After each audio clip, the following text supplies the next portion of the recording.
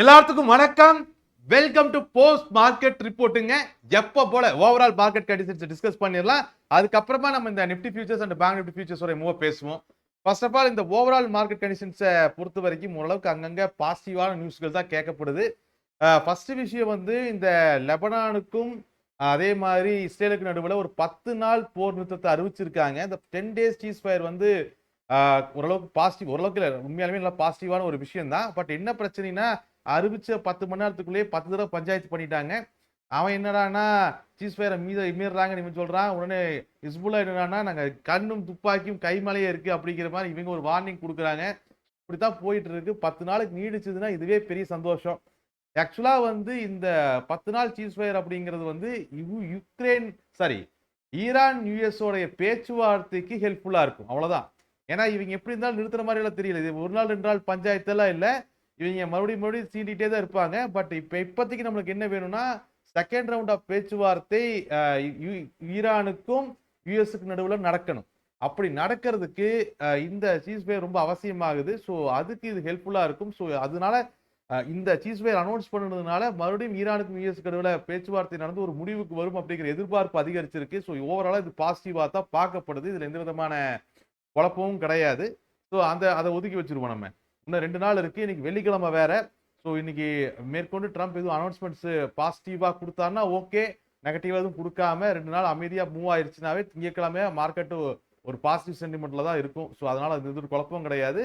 2ஆம் கட்ட பேச்சுவார்த்தை எப்போ தொடங்குது அப்படிங்கிறத நம்ம பொறுத்திருந்து பார்க்கலாம். 22ஆம் தேதி வரைக்கும் நம்மளுக்கு ஆல்ரெடி இந்த 12 நாள் சீஸ்ஃபயர் அக்ரிமெண்ட் அப்படியே இருக்கு. அதுக்குள்ள 2ஆம் கட்ட பேச்சுவார்த்தை நடக்கணும். அதை பார்த்துக்கலாம். மீன்வைல் வந்து யுஎஸ் டாலர் வந்து கொஞ்சம் பீரிஸ் ஆயிருக்கு. ஏன்னா இந்த வார் நிக்குது அப்படின்னு எல்லாம் பேச்சு வந்த உடனே டாலருக்கான தேவை கம்மியாகுது. உதாரணத்துக்கு நீங்க க்ரூட் ஆயிலோட விலை கம்மியாகும். ஸோ தட் டாலரோட அவசியம் அது அதிகமா இருக்காது. அது மட்டும் கிடையாது, ஈரான் வழியா வந்த நிறைய ஷிப்புகள் டோலை வந்து சைனீஸ் கரன்சியில பே பண்ணதா நிறைய ஆர்டிகல்ஸ் வெளியே வந்திருக்கு. ஸோ இது வந்து டாலரோட தேவை மேற்கொண்டு குறைக்கும் அப்படிங்கிற எதிர்பார்ப்பு இருக்கு. இதனால டாலர் கொஞ்சம் வீக்கா இருக்கு. அதோடைய பிரதிபலிப்பை நம்மளோட இந்திய ரூபாயிலையும் நம்ம பார்த்தோம். இந்திய ரூபாய் இன்னைக்கு நல்லாவே பர்ஃபார்ம் பண்ணிருச்சு. ஸோ ஒரு பக்கம் அமெரிக்கான பேச்சுவார்த்தை, இன்னொரு பக்கம் டாலர் வீக் ஆகுது. இதெல்லாமே மார்க்கெட்டோடைய மிகப்பெரிய பாசிட்டிவ் சைனா தான் பார்க்கப்பட்டுச்சு. அது மட்டும் கிடையாது, இன்னைக்கு நிறைய ஆர்டிகல்ஸ் வெளியா இருந்துச்சு. அதுல முக்கியமான ஒரு ஆர்டிகல் என்னன்னா, அமெரிக்கா கவர்மெண்ட் வந்து எக்கனாமிக் வீக்னஸை மறைக்கிறாங்க அப்படிங்கிற தலைப்புல அந்த ஆர்டிகல் வெளியா இருந்துச்சு. ஸோ யாராச்சும் ஃப்ரீயா இருந்தீங்கன்னா ப்ளூம்பர்க்ல அந்த ஆர்டிகல் இருக்கு, போய் படிச்சு பாருங்க. அதுல என்ன சொல்றாங்கன்னா, அமெரிக்கா குடும்பங்கள்ல நிதிச்சுமை அதிகரிச்சிருக்குங்கிறாங்க. பைனான்சியல் ஸ்ட்ரெஸ் வந்து அமெரிக்காவில் இருக்கக்கூடிய ஒவ்வொரு குடும்பங்களையும் அதிகரிச்சிருக்கு. அது மட்டும் இல்ல, ஒட்டுமொத்த அமெரிக்கா கவர்மெண்ட்டுக்குமே இந்த வார்னால ஏகப்பட்ட செலவு. ஆல்ரெடி கவர்மெண்ட் கடன்ல இருக்கு. ஸோ அதுல இருந்து வெளிக்கொண்டு வர ஒரு டாரிஃபை கொண்டு வந்தாரு. ஸோ இந்த வார் வந்து மிகப்பெரிய செலவை ஏற்படுத்தி க்ரூட் ஆயில் விலையை இன்க்ரீஸ் பண்ணி இன்ஃப்ளேஷன் இன்க்ரீஸ் ஆகி ஒவ்வொரு குடும்பத்திலையுமே அந்த பைனான்சியல் ஸ்ட்ரெஸ் அப்படிங்கிறது மிகப்பெரிய அதிகமா இருக்கு. கவர்மெண்ட் இன்னும் அதை அக்னாலேஜ் பண்ணாம இருக்கிறாங்க. வரக்கூடிய நாட்கள்ல அமெரிக்காவுக்கு இது மிகப்பெரிய பாதிப்பை உருவாக்கும் அப்படிங்கிற மாதிரியான ஒரு ஆர்டிக்கல் வந்து அருமையா இருந்துச்சு. வருங்காலங்கள் அப்படி நடந்துச்சு அப்படின்னு சொன்னா அமெரிக்கா மிகப்பெரிய ரிசெஷனுக்குள்ள போறதுக்கான வாய்ப்புகள் இருக்கும். அந்த ஆர்டிக்கல் படி பார்த்தோம்னா அவங்க சொல்லக்கூடிய டேட்டாஸ் நல்லா தான் இருக்கு. பட் இது எதுக்காக சொல்றோம்னா, நீங்க காதுல போட்டு வச்சுக்கோங்க. அமெரிக்கால ஏதாவது ரிசெஷன் அந்த மாதிரி நான் ஸ்டார்ட் ஆச்சுன்னா, இப்ப ஏன்னா இப்ப வார் முடிஞ்சிருச்சு, அமைதி திரும்பும், க்ரூட் ஆயில் விலை கம்மியாகும் அப்படிங்கிற குஷியில யுஎஸ் மார்க்கெட்ஸ் வந்து ரேலி ஆகிடலாம், ஆகும், ஆப்வியஸ்லி ஆகிடலாம். அப்படி ஆகிற பட்சத்துல மேற்கொண்டு இந்த பிரச்சனையெல்லாம் சிறுசா தெரியும் இப்போ. பட் இந்த ஒன்ஸ் இந்த நியூஸ் எல்லாம் கம்ப்ளீட்டா செட்டில் ஆயிருச்சு, இந்த வார் நியூஸ் கம்ப்ளீட்டா செட்டில் ஆயிருச்சுன்னா இதெல்லாம் கிளறி மறுபடியும் முன்னாடி கொண்டு வந்து போடுவாங்க. அப்படி போடும் பொழுது திடீர்னு நடந்துச்சு அப்படிங்கிற மாதிரி யோசிக்க கூடாது. இப்ப இருந்தே இந்த பிரச்சனை உருவாகிட்டு இருக்கு. ஒவ்வொரு குடும்பத்திலையும் ஃபைனான்சியல் ஸ்ட்ரெஸ் அதிகமாயிட்டு இருக்கு அப்படிங்கறது தெளிவா அந்த டேட்டா காமிச்சிருந்துச்சு. அது மட்டும் இல்ல, ட்ரம்ப் மேல நிறைய கிரிட்டிசம் உலக அளவுல ஆக்சுவலா ட்ரோலு மெமிஸ் எல்லாம் ரொம்ப அதிகமாயிருச்சு அப்படிங்கிற ஒரு ரிப்போர்ட்டையும் ஒரு ஆர்டிக்கலும் போட்டிருந்தா. ரொம்ப நல்லா இருந்துச்சு அந்த ஆர்டிக்கல். அது எக்கனாமிக் சம்பந்தம் இல்லை, பட் நீங்க அதை படிச்சு பார்த்தீங்கன்னா தெரியும். ஓகே, ஒரு பக்கம் போப்போட சண்டை போட ஆரம்பிச்சிருக்கிறாரு, இன்னொரு பக்கம் மறுபடியும் கியூபாவை வம்புக்கு இழுக்கிறாரு, ஈரான்ல ஆல்ரெடி பஞ்சாயத்து இருக்கு. அடுத்து என்ன பண்றதுன்னே தெரியல. வார் பொறுத்த வரைக்கும் இவர் நினைச்ச மாதிரி வார் போகல, அல்லது இவர் நினைச்ச காலகட்டத்துக்குள்ள வார முடிக்க முடியல. இந்த மாதிரியான நிறைய அவர் மேல நிறைய கேள்வி மார்க்குகளை வச்சு அந்த ஆர்டிகல் ரொம்ப சுவாரஸ்யமா இருந்தது. அதையும் படிச்சு பாருங்க வீக்கெண்ட்ல டைம் கிடைச்சதுன்னா. ஏன்னா இந்த 2 ஆர்டிகல் எதுக்காக படிக்க சொல்றேன்னா, மேக்ரோ எக்கனாமிக்ஸ் ஆக்டிவிட்டீஸ ஓரளவுக்கு இதுல 2லயுமே பிரதிபலிச்சிருப்பாங்க. கடந்த 6 மாசமா என்ன நடந்துட்டு இருக்கு? அது அமெரிக்காவோ இல்ல அமெரிக்கா சுத்தி இருக்கக்கூடிய பொருளாதார சிக்கல்களோ எப்படியெல்லாம் நடந்துட்டு இருக்கு அப்படிங்கறத இந்த 2 ஆர்டிகலும் தெளிவா சொல்லியிருந்தது. ஒண்ணு வந்து நியூயார்க் டைம்ஸ்ல இருக்கு. இன்னொன்னு வந்து ப்ளூம்பர்க்ல இருக்கு. அத படிச்சீங்கன்னா இன்னும் கொஞ்சம் ஈஸியா இருக்கும். அதே மாரி இந்தியன் மார்க்கெட்ஸ பொறுத்த வரைக்குமே இன்னைக்கு முக்கியமான நியூஸ் அப்படின்னு பார்த்தோம்னா, ரூபீ ஸ்ட்ராங்கா இருந்துச்சு, மார்க்கெட் ஸ்ட்ராங்கா இருந்துச்சு. அது போக ஃபெஸ்டிவல் சீசன் ஸ்டார்ட் ஆகுது. கோல்டு இம்போர்ட்ல இருந்து ஒரு மிகப்பெரிய ஏன்னா ஃபர்ஸ்ட் ஆஃப் ஆல் நெறைய பேருக்கு அது தெரியுமான்னு தெரியல. இருந்தாலும் ஒரு தடவ அப்டேட் பண்ணியிருக்கிறேன். எந்த கடையுமே, எந்த ஒரு நிறுவனமும் டைரக்ட்டா போய் இந்தியால கோல்ட இம்போர்ட் பண்ண முடியாது. ஓரளவுக்கு எல்லாத்துக்குமே அது தெரிஞ்சிருக்கும்னு நெனைக்கிறேன். ஓகே. அதாவது இப்போ நான் ஒரு நகைக்கடை ஆரம்பிக்கிறேன்னு வச்சுக்கோங்களேன். இந்தியாவுல நான் ஒரு நகைக்கடை ஆரம்பிக்கிறேன். ஆ துபாய்ல கோல்டு ஹோல்சேல் விலையில சீப்பா கிடைக்குதுன்னா, நான் உடனே துபாய்க்கு போய் கோல்டு இம்போர்ட் பண்ணி இந்தியாவுக்குலாம் கொண்டு வர முடியாது. இந்தியாவுல டைரக்ட் இம்போர்ட் அப்படி கோல்டு அப்படிங்கிறது இல்லவே இல்ல. இந்தியாவை பொறுத்தவரைக்கும் கோல்ட வந்து பேங்குகள் மூலியமா தான் இம்போர்ட் பண்ண முடியும். அதாவது பேங்குகள் தான் கோல்ட வாங்கும். பேங்க் கிட்ட இருந்து தான் இந்த நகைக்கடைக்காரர் வாங்கணும். ஓகே. துபாய்ல தங்கம் இருக்கு அப்படின்னு சொன்னா, அ ஆப்வியஸ்லி தங்கத்த நம்ம இம்போர்ட் தான் பண்றோம் முக்காவாசி தங்கத்த. ஸோ பேங்குகள் தான் இந்த தங்கத்த வெளிநாட்டுகள்ல இருந்து வாங்கும். இம்போர்ட் பண்ணி வாங்கும். இந்த பேங்குகள்ட்ட இருந்து தான் நிறுவனங்களும், இந்த கோல்டு கடையும் இல்ல இவங்க எல்லாருமே இந்த பேங்குகள்ட்ட இருந்து தான் வாங்குவாங்க. இதுதான் ப்ரொசீஜர். இந்த மாரி சில பேங்குகளுக்கு இந்த மாரி டைரக்ட்டா தங்கத்த வாங்குறதுக்கான லைசென்ஸ் வந்து ஆர்பிஐ குடுத்திருப்பாங்க. யார் மூலியமா குடுத்திருப்பாங்கன்னா, அந்த டிஜிஎஃப்டி அந்த director general of foreign trade அவங்க மூலியமா குடுத்திருப்பாங்க. ஸோ இது வந்து ஆல்ரெடி குடுத்திருந்த லைசென்ஸ் எல்லாம் மார்ச் ஓட முடிஞ்சுச்சு. இப்போ புதுசா குடுத்திருக்கக்கூடிய லைசென்ஸ் அப்படிங்கிறது வந்து 14 பேங்க்குக்கு குடுத்திருக்காங்க. கோல்டு அண்ட் சில்வர் இம்போர்ட் பண்றதுக்கு. இதுல யூனியன் பேங்க்குக்கு சில்வர் அலோவ் பண்ணல. கோல்டு மட்டும் தான் அலோவ் பண்ணியிருக்காங்க. ஸோ இத இந்த பேங்க்கள் மூலியமா தான் நீ கோல்டு ட்ரேடுகள் அப்படிங்கிறது நடக்கும். ஸோ ஃபெஸ்டிவல் டைம் நெருங்கிட்டு இருக்கு அப்படிங்கிற பொழுது இந்த இந்த 10 நாள் 15 நாளா வந்து அது புது லிஸ்டிங் இன்ஃபார்ம் பண்ணாமயே இருந்தாங்க. அது இன்ஃபார்ம் பண்ணியிருக்காங்க. ஸோ இதுவுமே ஒரு ஆடட் அட்வான்டேஜ் தான். சப்போஸ் டாலருடைய டிமாண்ட் கம்மியாகுது. டாலர் பீரிஷா போகுது. கோல்டு முடியுது. இதெல்லாம் பண்ணும்பொழுது கோல்டு ஓரளவுக்கு நல்ல வாய்ப்பு குடுக்கறதுக்கான பாசிபிலிட்டீஸ் இருக்கு. பட் இதெல்லாமே மேக்ரோ எக்கனாமிக்ஸ் டிபெண்ட் பண்ணி தான் நாளைக்கு ட்ரம்ப் இன்னைக்கு நைட்டேயும் கூட என்ன வேணாலும் பேசலாம். இந்த வார் எப்படி வேணாலும் மாறலாம். ஸோ மேக்ரோ எக்கனாமிக்ஸ டேப் பண்ணி வச்சு கொண்டு போய்க்கங்க. இது தவிர நாளைக்கு முக்கியமான பேங்கோட ரிசல்ட் நம்ம ஆல்ரெடி 2 நாளாவே பேசிட்டு இருக்கோம்.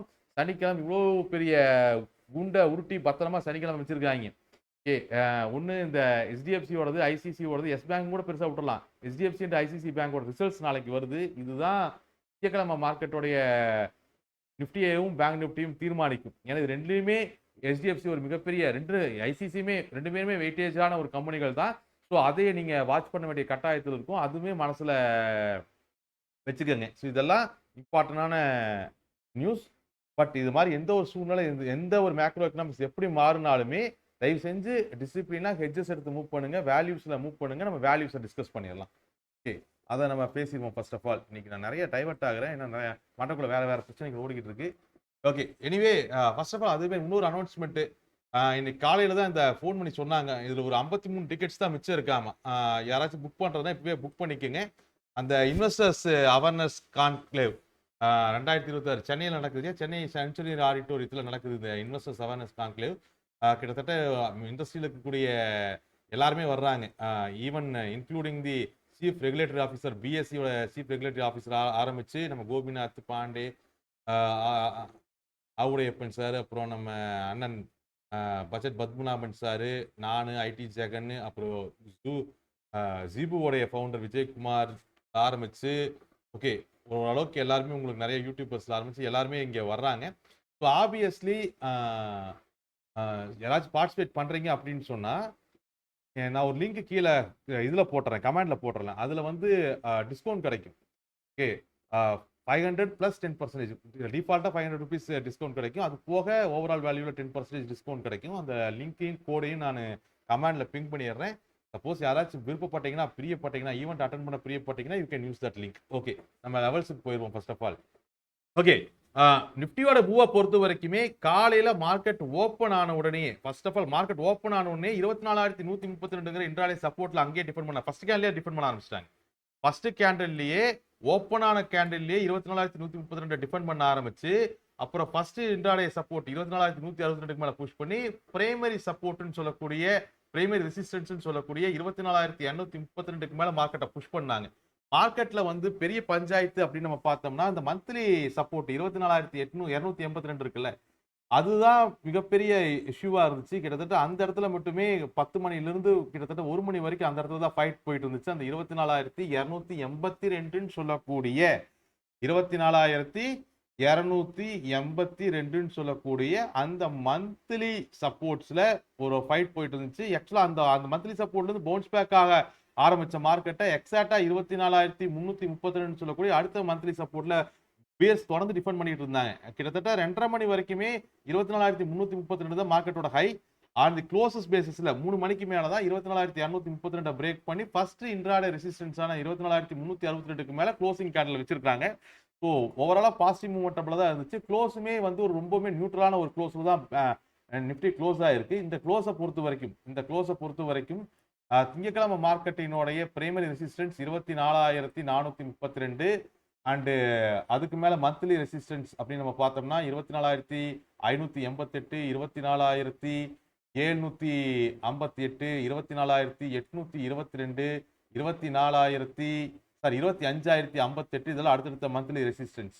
இன்ட்ராடே ரெசிஸ்டன்ஸை பொறுத்த வரைக்குமே 24,462, 24,532, 24,628 இதெல்லாமே இன்ட்ராடே ரெசிஸ்டன்ஸா நம்மளுக்கு இருக்கும். ஸோ இது வரைக்கும் ஓரளவுக்கு கிளியரா இருக்கும்னு நினைக்கிறேன்.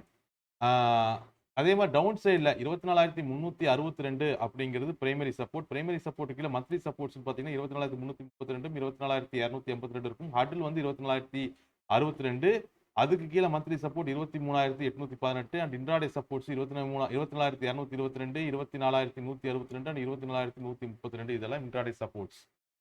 இது போக ஓப்பன் இன்ட்ரெஸ்ட் நம்ம பார்த்தோம் அப்படின்னு சொன்னோம்னா ஓப்பன் இன்ட்ரெஸ்ட் ரெண்டு பக்கமே அட்டாக் பொசிஷன்ஸ் ஃபுல்லா கவர் பண்ணிட்டாங்க. டிஃபென்ஸ் பொசிஷன் மட்டும் வச்சு மார்க்கெட்டை க்ளோஸ் பண்ணியிருக்காங்க. வெள்ளிக்கிழமை ட்ரம்ப்புக்கு உகந்த நாள் அப்படிங்கிறது எல்லா ட்ரேடர்ஸ்க்கும் தெரியும். அவங்களோட பொசிஷனை பார்த்தாலே நம்மளுக்கு கிளியர் ஐடியா இருக்கும். உங்களுக்கு எங்கேயுமே அவங்க அட்டாக் பொசிஷன்ஸை பில்ட் பண்ணவே இல்லை. வெறும் டிஃபென்ஸை மட்டும் ரெண்டு பக்கம் ஸ்ட்ராங்காக வச்சு க்ளோஸ் பண்ணியிருக்காங்க ஓப்பன் இன்ட்ரெஸ்ட்டை பொறுத்த வரைக்கும். அதே மாதிரி பேங்க் நிஃப்டியை பொறுத்த வரைக்குமே காலையில் ஓப்பன் ஆன உடனேயே நம்மளுக்கு 56,062 சொல்லக்கூடிய அந்த பிரைமரி சப்போர்ட்டை டிஃபெண்ட் பண்ணி பிரைமரி ரெசிஸ்டன்ஸ் 56,222 அதான் சிங்கோட ஸ்டார்டிங் பாயிண்ட்டும் ஸ்டார்ட் பண்ணி எக்ஸாக்டா சிங்கோட எண்ட் பாயிண்டான 56,772 அச்சீவ் பண்ணி அங்கிருந்து கீழே வந்து முடிச்சிருக்காங்க. இதுதான் பேங்க் நிஃப்டியோட மூவ் பொறுத்த வரைக்கும் பெருசாக காம்ப்ளிகேட் பண்ணிக்கிறது ஒன்றும் கிடையாது.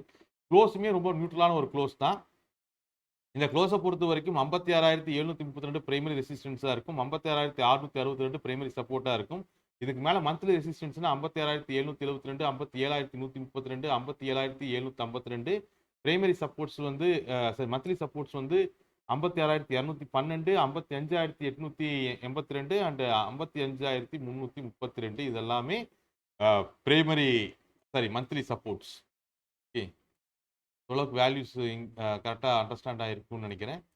சரி, ஓப்பன் இன்ட்ரெஸ்ட்டும் அதே மாதிரி தான். ஆக்சுவலாக பேங்க் நிஃப்டிலையுமே நான் அப்ளை பார்த்த வரைக்குமே யாவனும் அட்டாக் பொசிஷன்ஸ் எல்லாம் விட்டு வைக்கல. டிஃபென்ஸ் மட்டும் தான் விட்டு வச்சிருக்காங்க. அட்டாக் பொசிஷன்ஸ் ரெண்டு பேருமே கவர் பண்ணிட்டாங்க. ரெண்டு பேருமே ரொம்ப கேர்ஃபுல்லாக இருக்காங்க. அதுலேயும் பேங்க் நிஃப்டியில் ரிசல்ட்ஸ் வேறு இருக்குது. ஸோ இங்கேயும் அட்டாக் பொசிஷன்ஸ் கவர் ஆகிருக்கிறது பார்க்கலாம், கீழேயும் அட்டாக் பொசிஷன்ஸ் கவர் ஆகிருக்கு. ஸோ டிஃபென்ஸ் தான் நிஃப்டி பேங்க் நிஃப்டி ரெண்டுலேயுமே டிஃபென்ஸ் மட்டும் தான் ரொம்பவுமே சேஃபான ஒரு பொசிஷன்ஸ் தான் ஓப்பன் இன்ட்ரெஸ்ட்டில் பிரதிபலிக்குது. ரெண்டு பக்கம் யாரும் மூவ் பண்ணலாம் முயற்சி பண்ணல. ரெண்டு பக்கமே சேஃபாக பொசிஷன்ஸை ஹெச்எஸோட விட்டுட்டு போயிருக்காங்க. ஹோப் நீங்களுமே பொசிஷன்ஸை ஹெச்எஸோட தான் வச்சிருப்பீங்கன்னு நினைக்கிறேன். ஹெச்எஸ் எல்லாம் வச்சிருந்தீங்கன்னா 2 நாள் தூக்கம் போயிடும், அது ஞாபகம் வச்சிருப்பீங்கன்னு நினைக்கிறேன். ஸோ மறுபடியும் நம்ம மண்டே போஸ்ட் மார்க்கெட் ரிப்போர்ட்டில் மீட் பண்ணலாம். அது வரைக்கும் இடையில எந்த நியூஸ் வந்தாலுமே ரொம்ப கன்ஃபியூஸ் ஆகிக்காதீங்க. மண்டே மார்னிங் நியூஸ் பார்த்தா போதும். ஏன்னா நம்ம அனுபவத்தில் நீங்களே பார்த்துருப்பீங்க. ஓகே, வெள்ளிக்கிழமை இருக்கிற நியூஸ் சனிக்கிழமை இல்லை. சனிக்கிழமை சண்டை போடுறாங்க, ஞாயிற்றுக்கிழமை சமாதானம் ஆகுறாங்க, ஞாயிற்றுக்கிழமை சாயங்காலம் மறுபடியும் சண்டை போடுறாங்க. சரி, சண்டை தான் போட போறாங்கன்னு பார்த்தா திங்கக்கிழமை காலையில் சமாதானம் ஆயிடுவாங்க. ஸோ இது மாறி நடந்துட்டு இருக்கும். அதனால 2 நாள் என்னென்ன நியூஸ் வருதுனால போட்டு மண்டையெல்லாம் குழப்பிட்டு இருக்காதிங்க. 2 நாள் நிம்மதியாக வீக்கெண்ட் என்ஜாய் பண்ணுங்க. யாருக்கு ஓட்டு போறதுன்னு உட்காந்து யோசிச்சு முடிவெடுங்க. இல்லைன்னா சீட்டு குலுக்கி போட்டு பாருங்க. நம்ம திங்கக்கிழமை காலையில் ஓப்பன் இன்ட்ரெஸ்ட் திங்கக்கிழமை சாயங்காலம் போஸ்ட் மார்க்கெட் ரிப்போர்ட்ல மீட் பண்ணிக்கலாம். Thank you very much. ஹலோ.